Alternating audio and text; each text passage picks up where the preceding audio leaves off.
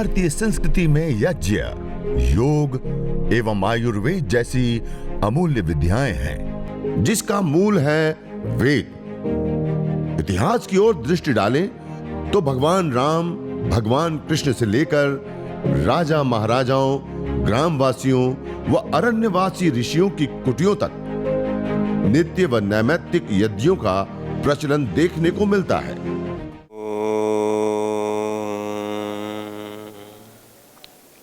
सर्वरक्षक परमपिता परमात्मा को कृतज्ञता पूर्वक प्रणाम करते हुए परमपिता परमात्मा के द्वारा प्रदत्त जो वेद रूपी अनमोल ज्ञान है, उस ज्ञान का हम स्वाध्याय कर रहे थे, सत्संग कर रहे थे, स्तवन कर रहे थे। और उसमें हमने विशेष रूप से पूर्वों में देखा था कि हम जिस पावनी परंपराओं का पालन कर रहे हैं भारतवर्ष में, उसमें यज्ञ को विशेष रूप से महत्व दिया गया है। हमारे संस्कारों के साथ भी यज्ञ जुड़े हुए हैं, हमारे पर्वों के साथ भी जुड़े हुए हैं, नित्य नैमित्तिक कर्मों के साथ भी यज्ञ जुड़े हुए हैं। और इतना ही नहीं, इससे अतिरिक्त काम्य यज्ञ भी, अर्थात विशेष मनोकामनाओं की पूर्ति के लिए भी यज्ञ जुड़े हुए हैं। अर्थात हमारे जीवन के हर कोई पहलुओं के साथ यज्ञों का जो महत्व है वो विशेष रूप से जुड़ा हुआ है। और इन यज्ञों का महत्व केवल मात्र मनुष्य के लिए ही नहीं, मनुष्येतर जो अन्य जड़ चेतन जगत है उसमें भी सात्विकता और संतुलन स्थापित करने का कार्य करता है। इस यज्ञ की महिमा हमारे शास्त्रों में अनंत है, चाहे वो स्मृति शास्त्र हो, चाहे वह नीति शास्त्र हो, चाहे वह हमारे ऐतिहासिक शास्त्र हो या वेद हो, सब जगह पर यज्ञ की महिमा बहुत ही बड़े रूप में और बहुत ही तात्विक रूप में हमें प्राप्त होती है। और उसके कई सारे पहलुओं में, यज्ञ के द्वारा चिकित्सा, यज्ञ के द्वारा प्रकृति में संतुलन स्थापित करना, यज्ञ से देवीय शक्तियों का, सूक्ष्म शक्तियों का संवर्धन या पोषण या उनकी पूजा आदि से लेकर के अलग अलग अनेकों प्रकार के लाभ बताए गए हैं। जैसे शुचि जीवो अग्नि सहस्त्रारंभ, पवित्र ज्वाला वाली यज्ञाग्नि हमें हजारों हजारों लाभ प्रदान करती है। तो ऐसे हजारों लाभ प्रदान करने वाले यज्ञ से संबंध में आप सभी दर्शक भाई बहनों के जो विशेष प्रश्न सामने आए हैं, जो आप लोगों ने सुना, आप लोगों ने रुचि की, आप लोगों की श्रद्धा बढ़ी, किसी की हो, कई लोग ऐसे थे जो पहले यज्ञ नहीं करते थे, अब स्वयं यज्ञ करने लग चुके हैं। कई लोग ऐसे हैं जो पहले करते थे लेकिन उतनी श्रद्धा भक्ति या उस रूप में देख करके नहीं करते कि इससे स्वास्थ्य लाभ से लेकर देवी पूजन से लेकर के अनेक प्रकार के लाभ होते हैं। तो उसके ऊपर, उन सब बिंदुओं के ऊपर जानने से उनके मन में और ज़्यादा जिज्ञासा आए, और ज़्यादा प्रश्न जो उठे या उनका जो विश्वास बढ़ा। तो इत्यादि से लेकर के अनेक प्रकार के जो आप सभी दर्शक भाई बहनों के, चाहे वो यूट्यूब चैनल हो, चाहे वह फेसबुक चैनल हो, फेसबुक पेज हो, चाहे वह इस टीवी चैनल पे ऊपर जो कार्यक्रम चल रहा है, इसी के लास्ट में जो फ़ोन नंबर आदि दिए जाते हैं, उसके माध्यम से जिन लोगों ने संपर्क किया या व्हाट्सएप किया अपना प्रश्न, उन सारे प्रश्नों को लेकर के आज हम आगे फिर से चर्चा करेंगे और आपकी समस्या या आपकी शंकाओं का समाधान करने का प्रयास करेंगे। तो आगे हम प्रश्नोत्तर के क्रम को लेते हैं। जी स्वामी जी, यज्ञ के विषय को लेकर निरंतर प्रश्नोत्तर विगत कई दिनों से चल रहे हैं। तो इसी क्रम में हम एक प्रश्न लेते हैं। इन्होंने अपना एड्रेस तो नहीं दिया है, लेकिन इनका प्रश्न है कि जो हम पंचमहायज्ञ सुनते हैं, तो उन पंचमहायज्ञों में सबसे अधिक हम जानते हैं जिसके बारे में वो अग्निहोत्र हवन यज्ञ है। तो क्या केवल हवन करने मात्र से जो पांचों यज्ञ है उसका जो लाभ है हमको प्राप्त हो जाता है या सभी को करना पड़ता है? जी, जो पंच महायज्ञ की हमारी पावनी परंपरा है वो बहुत ज़्यादा गौरवशाली परंपरा है। और आपने विशेष प्रश्न पूछा कि जो दैनिक अग्निहोत्र है उसको हम विशेष रूप से जानते हैं, अन्य जो 4 यज्ञ हैं वो भी करना आवश्यक है। हाँ, हम जो दैनिक अग्निहोत्र करते हैं, दैनिक अग्निहोत्र के अपने लाभ हैं। दैनिक अग्निहोत्र को यदि हम करते हैं तो उससे हमारा चित्त निर्मल होता है, हमारे मन के ऊपर उसका सात्विक प्रभाव पड़ता है, हमारा मन सहज शांत एकाग्रता जो सुरभि पैदा होती है उससे होता है।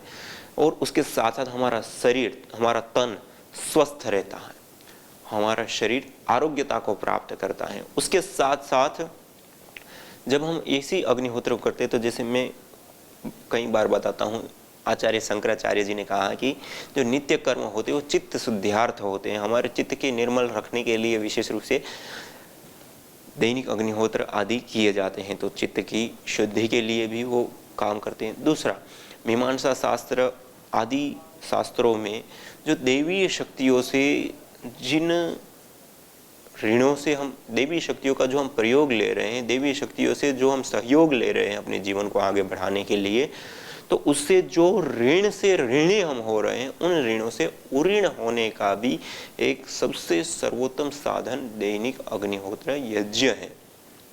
तो इस प्रकार से देखें तो यज्ञ की अपनी सार्थकता और उपयोगिता है, लेकिन यज्ञ के साथ साथ जो निर्मल हुआ हमारा मन, शांत हुआ हमारा मन है, उस शांत मन से जब हम प्रभु की आराधना करते हैं, प्रभु की उपासना करते हैं, प्रभु के नज़दीक हम जाते हैं, तो उसको कहते हैं ब्रह्म यज्ञ, अर्थात प्रभु का ध्यान करना, प्रभु की उपासना करना, ईश्वरीय शक्तियों का स्तुति, प्रार्थना और उपासना करना, इसको कहते हैं ब्रह्म यज्ञ। तो यह ब्रह्म यज्ञ भी आत्मिक उन्नति के लिए हमारे लिए बहुत ही आवश्यक होता है। और इसी प्रकार जैसे ब्रह्म यज्ञ उपयोगी है, देव यज्ञ उपयोगी है, ऐसे ही अतिथि यज्ञ, पितृयज्ञ और बलि वैश्व देव यज्ञ भी वैसे ही हमारे जीवन को और इस प्रकृति को संतुलित रूप से आगे बढ़ाने के लिए बहुत बहुत जरूरी होता है। कोई भी व्यक्ति विशेष में पूरा अस्तित्व टिक नहीं सकता, कई सारी चीज़ों को मिल करके यह सारा अस्तित्व चलता है। इसलिए जब हम पंच महायज्ञों की बात करते हैं, तो वहाँ जैसे बलि वैश्व देव यज्ञ, तो हम मनुष्य तो है, लेकिन मनुष्यतर जो अन्य कीट पतंग पशु पक्षी प्राणीगण हैं, उसके लिए भी मनुष्य कुछ सोचें, अर्थात जो असहाय प्राणी हैं उसकी हम हत्या ना करें, उसके लिए हम उनके जीवन को भी आगे बढ़ाने के लिए, सुचारू रूप से चलाने के लिए जो हम अपनी ओर से कर सकते हैं वो हम उनके लिए करें।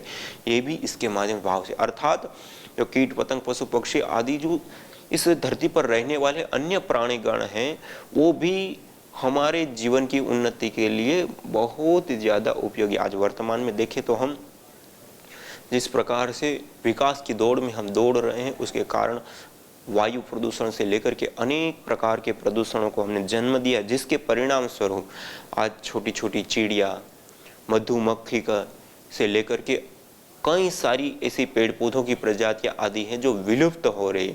और आज का साइंस भी ये मानता है कि यदि मधुमक्खियाँ और चिड़िया आदि यदि विलुप्त हो जाएं तो मनुष्य के लिए भी बहुत ही ज़्यादा घातक हो जाएगा। मनुष्य भी इस वायुमंडल में जी पाएगा ये हम कह नहीं सकते। जैसे एक एक जीव का महत्व इस समष्टि को चलाने के लिए है, वह भी इन पंच महायज्ञों से दृष्टिगोचर होता है कि हम जो बलि वैश्व देव यज्ञ आदि हम करते हैं, तो उसके माध्यम से उन जीवों का भी हम हित सोच करके आगे बढ़ते, अर्थात और इससे अतिरिक्त दैवीय शक्ति का पूजन, जो पेड़ पौधे पशु पक्षी आदि जो अन्य जो जीव हैं, उन सब जीवों के लिए भी जब हम दैनिक अग्निहोत्र यज्ञ करते हैं तो उससे उसका पोषण होता है, उसको शुद्ध पवित्र वायु प्राप्त होती है, उससे उनके स्वास्थ्य में विशेष उन्नति होती है। तो वो क्रिया भी हम इसके माध्यम से, अर्थात प्रकृति के पोषण को भी हम पूरी तरह से ध्यान में रखते हैं। और हमारे ऋषियों की दृष्टि में प्रकृति का पोषण बहुत ही जरूरी है। और वर्तमान में हम देख सकते हैं, आज वर्तमान में हम प्रकृति के उपासक नहीं रहे हैं, आज हम स्वार्थ के उपासक हो गए हैं। हमने स्वार्थ साधना में इस प्रकृति का दोहन किया है, उसके कारण प्रदूषण अनेक प्रकार के हुए हैं और उस प्रदूषणों का प्रभाव मनुष्य और मनुष्यतर अन्य जड़ चेतन जगत के ऊपर हमें आज देखने को मिलता है। आज इतनी भयावह स्थिति है कि करोड़ों करोड़ों लोग केवल मात्र प्रदूषण से अपनी आहुति दे रहे हैं, अर्थात अपने जीवन को त्याग रहे हैं। तो आप विचार कीजिए कि इस प्रकृति को यदि हमने संतुलित और सही नहीं रखा तो मनुष्य भी इस धरती पर नहीं रह सकता। इसलिए पंच महायज्ञों की जो यह पावनी परंपरा है, वो पिंड से लेकर के इस ब्रह्मांड तक में सब जगह पे संतुलन कायम करने की एक सर्वोत्तम पद्धति और प्रक्रिया और संस्कृति है। इस संस्कृति को यदि हम अपनाते हैं, इस संस्कृति के साथ हम जुड़ करके रहते हैं, तो निश्चित रूप से हमारी उन्नति होती है। जैसे पेड़ की जड़ होती है, ऐसे ही समाज की जड़ संस्कृति होती है। पेड़ अपनी जड़ को छोड़ देता है तो समूल नष्ट हो जाता है, सूख जाता है। ऐसे ही समाज जब अपनी संस्कृति को छोड़ देता है तो वैसे ही दुख को प्राप्त करता है और धीरे धीरे समूल नष्ट हो जाता है। वर्तमान परिस्थिति को हम देख सकते हैं। पूर्व काल में हम पीपल, बरगद आदि की पूजा करते थे, तुलसी के पौधों की पूजा करते थे। हम पौधों, भारतीय संस्कृति में हम पौधों को भी, पेड़ों को भी पूजा करते थे। और आज वर्तमान में हम उसको त्याग करके, एक श्रद्धा भक्ति का विषय मान करके उसको हमने त्याग दिया। आज हम इस प्रदूषित वायु से आज मास्क लगाने की हमें आवश्यकता है। फिर भी लोगों की जाने जा रही, छोटे छोटे बच्चों को अस्थमा, दमा जैसी, कैंसर जैसी घातक बीमारियां हो रही। बड़े लोगों की तो बात ही छोड़ दी है। शहर में रहने वाले लोगों की आयु कम हो रही है। जो प्राणवायु हमें जीवन देती है, हमें आयु देती है, वही प्राणवायु आज जीवन ले रही है। जो आयु देती है, वायु से आयु की प्राप्ति होती है, वही वायु आज प्रदूषित होकर के आयु का हरण कर रही है। आज बड़े बड़े शहरों में जहाँ प्रदूषित शहर है, वहाँ 2-3 साल से लेकर के 5 साल की आयु पर ईयर उस शहर में रहने से हमारी घटती है। तो आप विचार कीजिए कि ये कितनी बड़ी हमारे लिए विडंबना का विषय है। तो हमारी जो पंच महायज्ञ की जो पावनी परंपरा है, वह निश्चित रूप से यदि हम उसको अपनाते हैं तो पिंड और इस ब्रह्मांड दोनों का संतुलन होता है। प्राण, जब हम अग्निहोत्र को अपनाते हैं तो हमारा तन, मन, प्राण और पर्यावरण चारों ही पोषित होते हैं, संतुलित होते हैं और हमें उत्तम स्वास्थ्य और उत्तम प्रकृति प्राप्त होती है। अतः हमें पंच महायज्ञों की इस पावनी परंपरा को अवश्य ही अपनाना चाहिए। जी स्वामी जी, आपका जो प्रश्न था शायद समाधान उसका हो चुका होगा। इसी प्रश्नोत्तर के क्रम में हम अगला प्रश्न लेते हैं। एक भाई है, ये छत्तीसगढ़ के धमतरी ज़िले से हैं। इनका प्रश्न है कि मुझे करीब 5 वर्ष से सोराइसिस है, स्किन डिसीज़ दोनों पैरों में, और इस कारण से जो सेल्स है वो डेथ होकर गिरती रहती हैं और उस कारण से दोनों पैर धीरे धीरे काले होते जा रहे हैं, धब्बे पड़ गए हैं। और इसके लिए मैंने अनेक उपचार किए, अनेक चिकित्सा ली, लेकिन उसका कोई मुझे प्रभाव अभी तक नहीं मिला, कोई उसमें आराम नहीं मिला। तो ऐसी स्थिति में क्या योग यज्ञ में इसका कोई श्रेष्ठ समाधान है, कोई चिकित्सा इलाज है जिससे कि मैं इससे निदान पा सकूं? जी स्वामी जी, जो सोराइसिस रोग है उसको यदि हम WHO के अनुसार देखें तो एक लाइलाज बीमारी है और इसको ऑटो इम्यून डिजीज़ के रूप में देखा जाता है कि हमारा ही जो सिस्टम है वही उसके साथ विपरीत बर्ताव करता है और आपस में युद्ध करके हमारी ही कोशिकाएं आदि जो हैं वो नष्ट होती हैं और वो ह्रास को प्राप्त होती है और पपड़ी पपड़ी बन करके वो गिरते जाते हैं और नष्ट होता जाता है और हमारा पैर, हाथ जहाँ पे भी वो होता है उसको खराब कर देता है। यह सोराइसिस रोग की कोई विशेष यदि हम चिकित्सा पद्धति में देखें तो नहीं है, क्योंकि लाइलाज जैसे मैंने बताया। इसके लिए हमारे प्राचीन ग्रंथों में जो चिकित्साओं का वर्णन है, उन चिकित्साओं के वर्णन में साध्य, असाध्य और अन्य कोटि की कई सारी चिकित्साएं बताई हैं। और जो उसके लिए जो चिकित्सा दी जाती है, जो पद्धति का प्रयोग किया जाता है, उसमें भी अलग अलग होती है। एक देवीय चिकित्सा होती है, मानुषी चिकित्सा होती है, इस प्रकार से अलग अलग चिकित्साओं के भी वो होते हैं। तो ऐसी जो चिकित्सा है जिसको हम ऑटो इम्यून डिजीज कहते हैं, जिसको हम रिपोर्ट कराएं तो रिपोर्ट से यही सामने आता है कि जो आपस के सेल है वही लड़ करके वो मर जा रहे हैं। उसके लिए विशेष कुछ बाहर से कुछ नहीं होता है और इसको लाइलाज घोषित किया हुआ है। इसको ऑटो इम्यून डिजीज कहा जाता है। अब इस बीमारी को यदि हमें ठीक करना है तो सिस्टम को हमें ठीक करना पड़ेगा कि जो दोनों सेल अपने ही मित्र सेल हैं वही आपस में लड़ करके जो मरे उसको हमें ठीक करना पड़ेगा। उसके लिए हम यदि प्राचीन शास्त्रों की ओर दृष्टि डालें तो देवीय चिकित्सा एक ही है जो इसको ठीक कर सकती है। देवीय चिकित्सा दो प्रकार की है, एक है यज्ञ, दूसरा है योग। योग और यज्ञ ये दोनों ऐसी चिकित्सा पद्धति या चिकित्सा प्रणाली है, यदि हम इन दोनों को करते हैं तो निश्चित रूप से इससे हमें इसमें विशेष रूप से लाभ प्राप्त होता है। तो यज्ञ को यदि हम सोराइसिस को ठीक करने के लिए करना है तो कैसे करें? तो उसके लिए कहा आयुर्वेदेषु यत् प्रोक्तम यस्य रोगस्य भेषजम तस्य रोगस्य शांत्यर्थम तेन तेनैव होमयेत्। अर्थात आयुर्वेद के अंदर जिन रोगों के शमन के लिए जिन जड़ी बूटियों का औषधियों का वर्णन है उन्हीं औषधीय जड़ी बूटियों से हम हवन, होम, अग्निहोत्र आदि करें। तो विशेष रूप से जो चर्म रोग सोराइसिस आदि हैं उसके लिए चिरायता है, नीम है, मालकांगनी है, इससे अतिरिक्त बाकुची के बीज हैं और भी इस प्रकार की बहुत सारी कुष्ठ से लेकर के अलग अलग औषधियाँ हैं। तो इसके लिए आप अपने नज़दीक के कोई भी पतंजलि स्टोर्स के ऊपर जा करके आपको कायाकल्प क्वाथ करके एक क्वाथ प्राप्त होगा। उस क्वाथ के अंदर जो चर्म रोग को ठीक करने के लिए औषधियों की हमें आवश्यकता होती है वो सब जड़ी बूटियों का उसके अंदर सम्मिश्रण तैयार आपको प्राप्त होगा। उस सम्मिश्रण को आप अपने घर पे लाइए और उसके साथ साथ आप कायाकल्प तेल भी आता है उसको भी ला सकते हैं। कायाकल्प तेल और कायाकल्प क्वाथ, जैसे आपके पास 200 से 300 ग्राम यदि कायाकल्प क्वाथ है तो 300 ग्राम के अंदर आप पतंजलि जो हवन सामग्री है, दिव्य हवन सामग्री या आस्था हवन सामग्री आधा किलो उसमें मिला दीजिए। उसके साथ उसमें 100 ग्राम चावल, 200 ग्राम काले तिल, 100 ग्राम जौ, इसको मिला करके 50 से ग्राम मिश्री या खांड आपने मिला दी और उसके अंदर कुल मिलाकर के ये यदि 1 से 1.5 किलो 1 किलो के आसपास हो जाता है तो उसमें 50 से 100 ml उस कायाकल्प तेल को मिला करके उसको मिश्रित कर ले और उसको डिब्बा पैक बंद करके रख ले और उसमें से प्रतिदिन 25 ग्राम से लेकर के 50 ग्राम जड़ी बूटियाँ निकाल करके और जो गाय का घृत है उस गाय के घृत के साथ हवन करें।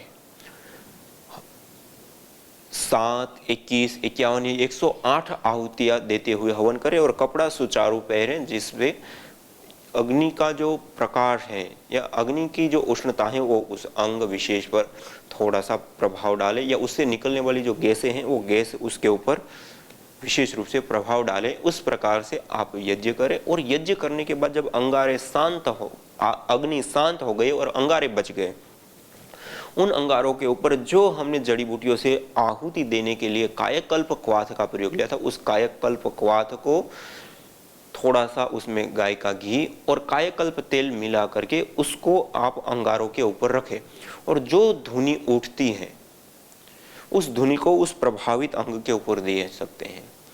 तो उसके लिए आप हवन कुंड से अलग एक छोटा सा कोई एक पात्र ले लें, उस पात्र में थोड़े से उस अंगारों को लेकर के उस अंगारों के ऊपर उन द्रव्यों को डाल करके उस प्रभावित अंग के ऊपर आप आराम से व्यवस्थित ढंग से उसको उस प्रभावित अंग के ऊपर उस धुएं को प्रभावी रूप से दे सकते हैं। उस प्रकार से धुआं दे कि उस धुएं की गर्मी से वो तपे अर्थात उसकी सिकाई हो और गाढ़ा धुआं दे।